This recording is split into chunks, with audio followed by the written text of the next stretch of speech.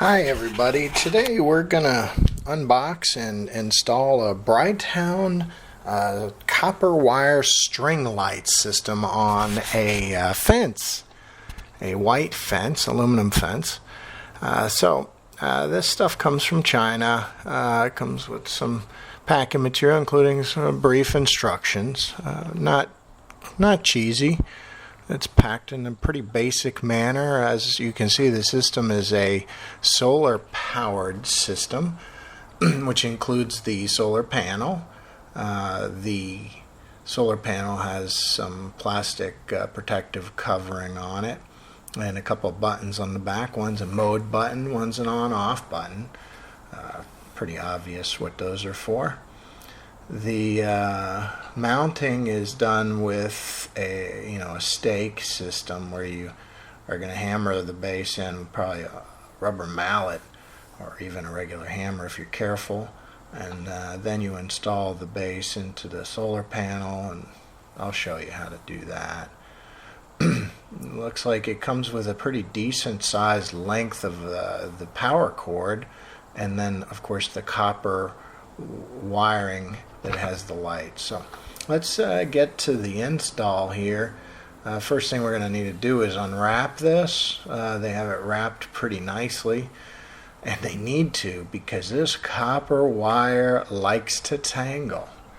It will get tangled worse than fishing line. You got to be real careful and very patient, because once it gets tangled, you got to sit there and just relax and untangle it. So I'm going to put the solar panel on the ground there, as you can see, and I'll go ahead and drive that in later once I have the copper line wrapped on the top of the fence. And I'm just going to put one loop between every spoke or bar.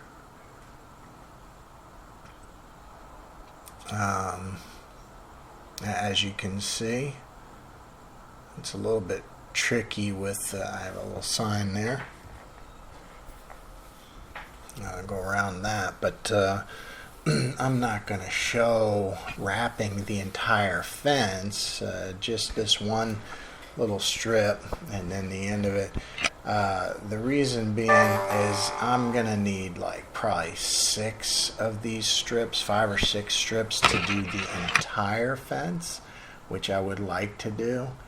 But I only bought the pack of 2, so I'm going to have to order a couple more packs. But I wanted to see how it worked and if it looked good first. So you and I will see that together. Whether it's worth buying the rest, which I think it will be. So at the end of this, I mean, the wire is stiff, so you can just kind of stick it there and it'll maybe stay, but I think it's a better idea to secure that, and we will later with a tie wrap.